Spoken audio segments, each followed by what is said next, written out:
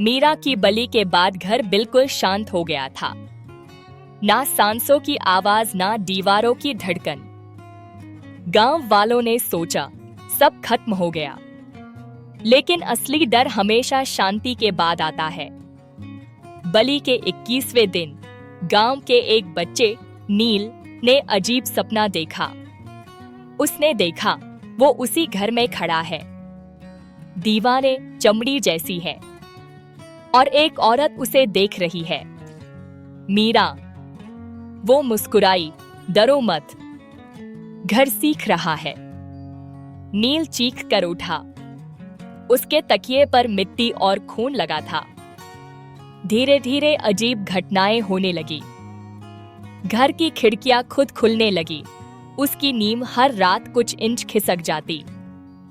People के पेड़ सूखने लगे। एक बुजुर्ग ने कांपती आवाज में कहा, घर अब जड़ नहीं रहा। मीरा मरी नहीं थी, उसकी चेतना घर में कैद थी। लेकिन अब घर और मीरा एक हो चुके थे। घर को अब डर नहीं, यादें चाहिए थी, इंसानों की। एक रात जमीन फट गई। घर के नीचे एक और तहखाना उभरा। दीवारों पर चेहरे उभरे थे, हर चेहरा किसी गांव वाले का। उन सब की आंखें खुली, हमें याद रखो। गांव के मंदिर में एक पुराना ग्रंथ मिला। उसमें लिखा था, इस घर को भूख नहीं मारती, इसे मारती है भुला देना।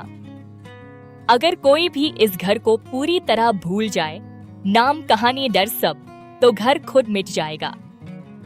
लेकिन एक शर्त थी, जो यह ज्ञान पढ़ेगा वो सबसे आखिर में खुद को भूल जाएगा। गांव का मास्टर शिवनाथ आगे आया।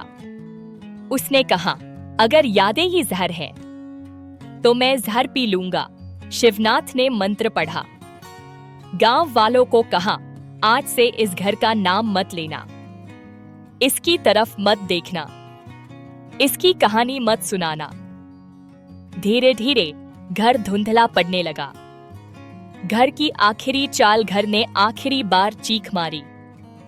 दीवारों से हाथ निकले, आवाजें गूंजी, हमें मत भूलो, हम जिंदा रहना चाहते हैं।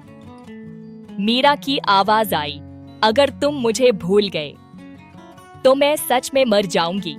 शिवनाथ की आंखों से आंसू बह निकले, लेकिन उसने मुंह फेर लिया।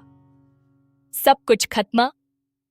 सुबह जहां घर था वहां सिर्फ खाली जमीन थी, ना नीम, ना दीवार, ना मलबा, जैसे वो कभी था ही नहीं। शिवनाथ अपना नाम भूल चुका था, वो बस मुस्कुराता रहता था।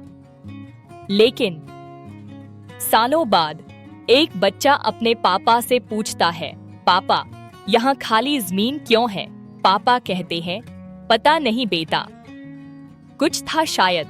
उसी रात बच्चे के सपने में एक घर दिखता है जो धीरे धीरे सांस ले रहा है, और एक आवाज आती है, जब तक कोई याद करेगा मैं लौटता रहूंगा। कहानी यही खत्म नहीं होती, क्योंकि अगर तुमने इसे पढ़ लिया है तो तुमने इस घर को याद कर लिया है।